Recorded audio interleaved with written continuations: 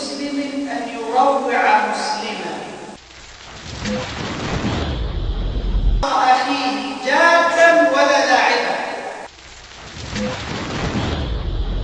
ايش العصايه بتاعته؟ يفزع فيخبر أن حرمتها عند الله عظيمة، ثم المسلم أعظم عند الله من حرمة الكعبة. لأننا إذا تكلمنا عن تحليله نختلف. في حضن البيوت يعيش الدفا بود ومحبة ولحظة صفا، ونقفل بيبان في وش الشيطان بكلمة حنان وفيها الشفاء. تعالوا نزور بيت الرسول ونسعد بنور نبي الوفاء، نفوق من الكابوس وناخد دروس ترقي النفوس مع المصطفى. مع المصطفى.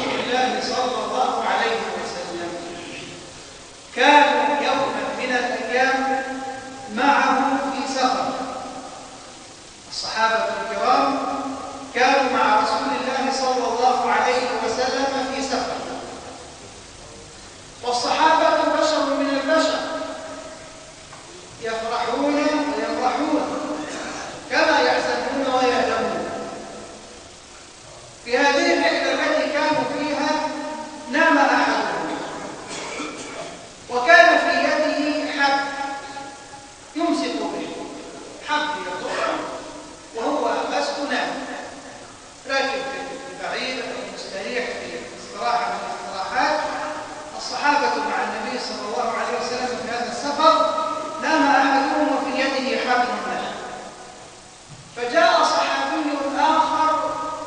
يمازحه وهو نائم، فماذا فعل؟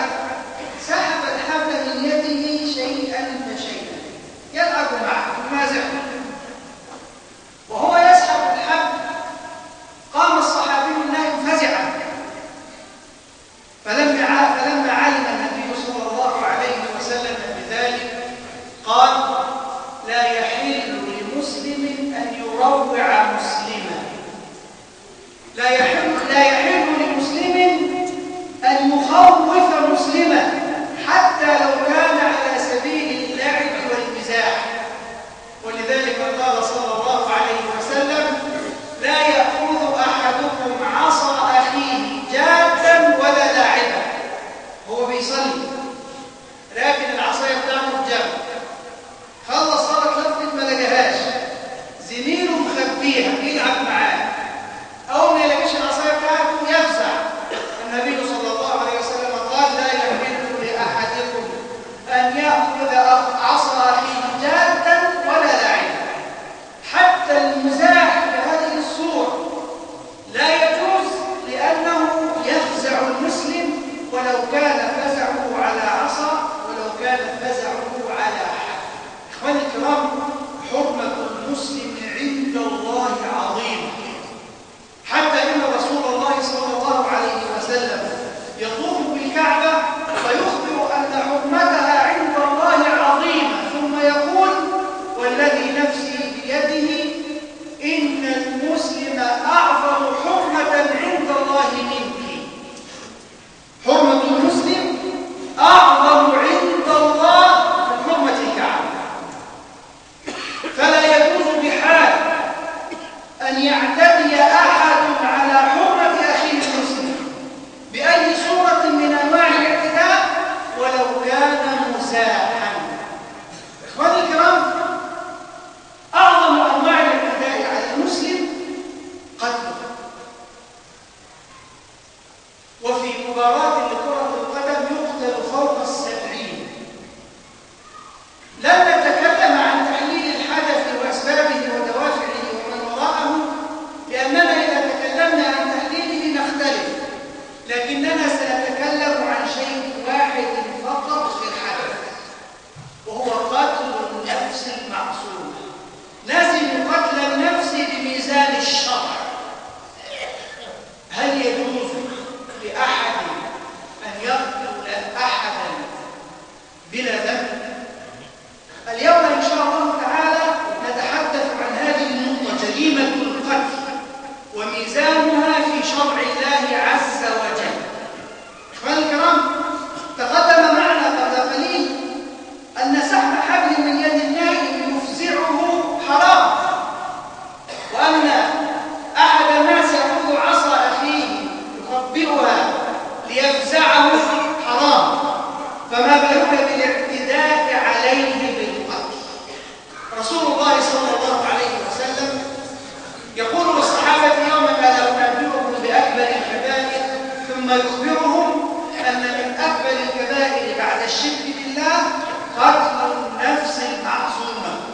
فقتل النفس من أكبر الكبائر. وفي القرآن الكريم آية فيها وعيد عظيم لم يذكر الله عز وجل وعيدا مثله في ذنب آخر: ومن يقتل مؤمنا متعمدا. ما جزاؤه في القرآن؟ 4 أشياء. اللي يقتل مؤمن متعمد 4 أشياء: له جهنم خالدا فيها، وغضب الله عليه، ولعنه، واللعن محفوظ من الرحمة. جهنم خالدا فيها، وغضب الله عليه، ولعنه، وأعد له عذابا عظيما. ومن يقتل مؤمنا متعمدا فجزاؤه جهنم خالدا فيها، وغضب الله عليه، ولعنه، وأعد له عذابا عظيما. النبي صلى الله عليه وسلم وهو يحذر المسلمين من الاعتداء على دماء بعضهم بعضا يخبر أن المقتول يأتي يوم القيامة ممسكا رأسه بإحدى يديه ملببا القاتل بالأخرى.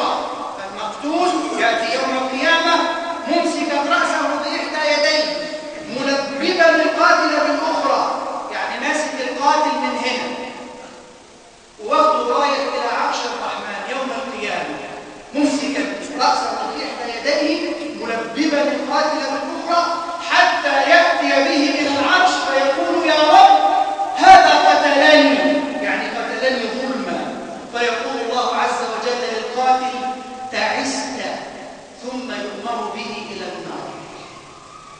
ويخبر صلى الله عليه وسلم أن المقتول يأتي يوم القيامة ممسكا بيد القاتل ويقول يا رب هذا قتلني، فيقول الله عز وجل للقاتل اسمع سؤال خطير، يقول الله عز وجل للقاتل لما قتلته؟ قتلته ليه؟ فيقول القاتل اسمع قتلته لتكون العزة لفلان، قتله لحساب شخص آخر لتكون العزة لهذا الشخص الآخر. انتبه، سؤال وجواب خطير. لما قتلته؟ قال قتلته لتكون العزة لفلان، فيقول الله عز وجل ليست العزة لفلان، إنما العزة لمن؟ لله، ثم يؤمر به إلى النار. أناس يقتلون أبرياء لمصلحة آخرين فيبيعون دينهم لدنيا غيرهم، يبيعون دينهم لدنيا غيرهم، والحديث كأنه ينطبق على واقعنا الآن. فما بالانطباق؟ لما قتلته؟ قتلته لتكون العزة لفلان، فيقول الله ليست العزة لفلان إنما العزة لله، ثم يؤمر به إلى النار. إخواني الكرام، القاتل أخبر النبي صلى الله عليه وسلم أن كل ذنب عسى أن يقبله الله إذا تاب صاحبه منه، إلا الرجل يموت مشركا أو يقتل مؤمنا بغير حق. توبته عسرة ليست سهلة، ولذلك من ورطات الأمور كما أخبر ابن عمر، من ورطات الأمور أن يورط المرء نفسه في دم بغير حق. إخواني الكرام، هناك من يباشر القتل، وهناك من يساعده، وهناك من يقع في القتل وهو في بيته. كيف ذلك؟ لما قامت أحداث قتل أي مكان أيا كان في مصر، في ميدان أو مباراة كرة قدم، تجد طائفة منا في بيوتنا هنا في القرية وفي قرى الناس، تجد طائفة منا في البيوت عندما تسمع أن طائفة قتلت مثلا في مباراة أو في اعتصام، بعضنا يقول إيه؟ اسمع كلمة خطيرة، يقول يستهدف. إيه اللي وداهم هناك؟ انتبه، هذه الكلمة عظيمة وخطيرة جدا. القتل لا يحل إلا في 3 حالات فقط. لو أنت زودت حالة رابعة من عندك أنت ستتحمل إثمها أمام الله عز وجل. ومن أعان على قتل مسلم ولو بشطر كلمة فهو متوعد بالعذاب. إخواني الكرام، لا يستحق القتل كما أخبر صلى الله عليه وسلم إلى 3 أشخاص. لا يحل دم امرئ مسلم إلا بإحدى 3: الثيب الزاني، شخص متزوج وزاني، هذا يستحق القتل. والنفس بالنفس، شخص قتل نفس عمدا يستحق القتل. والثالث التارك لدينه المفارق للجماعة المرتد. غير ذلك من أنواع القتل لا تجوز، فلا تورط نفسك بكلمة تحاسب لها عند الله عز وجل. ما تقولش على إنسان لا يستحق القتل يستحق، لأنك بذلك تعين على قتله وتكون شريكا في قتله. والنبي صلى الله عليه وسلم يقول والذي نفسي بيده لو أن أهل السماوات وأهل الأرض اشتركوا في قتل مسلم ظلما لأكبهم الله على وجوههم في النار، أو كما قال صلى الله عليه وسلم. فهناك من يباشر القتل، وهناك من يساعده يؤزه على القتل أسدا، أو يحميه يقول له اقتل مالكش دعوة. فالقاتل المباشر والذي يساعده على القتل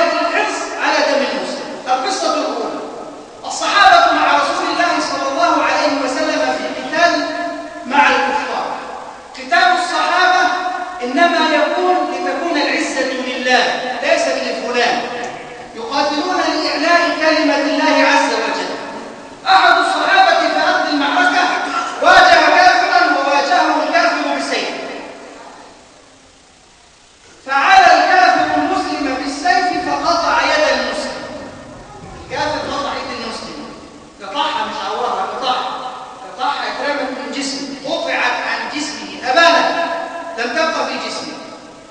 اغتاظ المسلم وفار الدم في جسده فعدا خلف الكافر ليقتله، فلما رأى الكافر في عيني المسلم الموت خلاص هيقتلني فعلا، لاذ بشجرة، اختبأ الكافر خلف شجرة.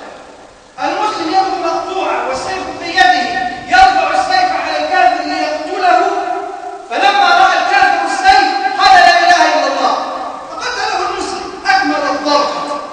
فلما علم رسول الله صلى الله عليه وسلم أرسل إلى الصحابي يده مقطوعة وضارب الكافر قبل ما الضربة توصل قال لا إله إلا الله. فقال له صلى الله عليه وسلم أقتلته بعدما قال لا إله إلا الله؟ قال يا رسول الله إنه قطع يدي ولاذ بشجرة. قال الكلمات الخوف، قال كلمة لا إله إلا الله خوف من السيف. فقال أشققت عن قلبي كيف تصنع بلا إله إلا الله يوم القيامة؟ تعرفين عارفين يوم القيامة المقتولون الآن في الساحات في الشوارع على إيد قطاع طريق أو بلطجي أو على إيد شرطة ولا على إيد جيش، يقتلون في أي مكان، ما حدش فيهم جاب في حياته لا إله إلا الله مرة. فكيف يصنع القاتل بكلمة لا إله إلا الله يوم القيامة؟ ولا زال الصحابي يردد ورسول الله صلى الله عليه وسلم يقول كيف تصنع بلا إله إلا الله يوم القيامة؟ ظرف استثنائي جدا، حرب والكافر قطع ايد الصحابي، يعني تحسبها تقول يستاهل انه يتقتل، لا، قضية مش لحساباتي وحساباتك. قال لا إله إلا الله تكف عنه. القصة الأخرى في معركة أخرى مع الكفار، الرسول صلى الله عليه وسلم والصحابة، وكان في الكفار رجل بطل لا يريد أن يقتل أحدا من المسلمين إلا قتلا، أوجع في المسلمين قتلا وأذاهم أذى شديدا. أحد المسلمين تربص له واغتنم غفلته، فجاء من خلفه ورفع السيف عليه، التفت الكافر فلما رأى السيف قال لا إله إلا الله، ضربه المسلم فقتله. فلما علم النبي صلى الله عليه وسلم لام الصحابي كيف تقتله بعدما قال لا إله إلا الله؟ فقال يا رسول الله إنه أوجع في المسلمين وقتل فلانا وفلانا، فقتل مننا عدد كبير وأوجع فينا وقتل عددا كبيرا منا، أوجع في المسلمين وقتل فلانا وفلانا. فقال له النبي صلى الله عليه وسلم إنك إن قتلته بعدما قال لا إله إلا الله فأنت بمنزلته قبل أن يقول كلمته التي قال. إن قتلته بعدما قال لا إله إلا الله فأنت بمنزلته قبل أن يقول كلمته التي قال. قبل أن يقول لا إله إلا الله وحلال الدم في قتال مع المسلمين، بعد ما قال لا إله إلا الله أنت قتلته أصبحت أنت حلال الدم، أصبحت بمنزلته قبل أن يقول كلمته التي قال. إخواني المسلمين، الاعتداء على حرمات المسلمين عظيم، حتى إن رسول الله صلى الله عليه وسلم قال إذا التقى المسلمان بسيفيهما فالقاتل والمقتول في النار. قالوا هذا القاتل فما بال المقتول كان حريق؟ قال كان حريصا على قتل صاحبه. وقال صلى الله عليه وسلم من حمل علينا السلاح فليس منا، من حمل علينا السلاح فليس منا. وقال صلى الله عليه وسلم من أشار لأخيه بحديدة، مسك حديدة كده وبيشاور لأخوه سواء جد أو لعب، من أشار لأخيه بحديدة لا تزال الملائكة تلعنه حتى يضع يده ولو كان أخاه لأبيه وأمه، بيشاور له بس بحتة حديدة، لا تزال الملائكة تلعنه. طول ما هو بيشاور لأخوه بالحديدة لا تزال الملائكة تلعنه. والمسلمين حرمة المسلم عظيمة، ولا يحل الاعتداء عليها بحال بكلمة أو بلطمة أو بشتمة. وأعظم أنواع الاعتداء عليها بالقتل، والقاتل لا يكاد تقبل له توبة كما قال صلى الله وسلم: كل ذنب عسى أن يغفره الله إلا الرجل يموت مشركا أو يقتل مسلما بغير حق. أقول هذا وأستغفر الله لي ولكم.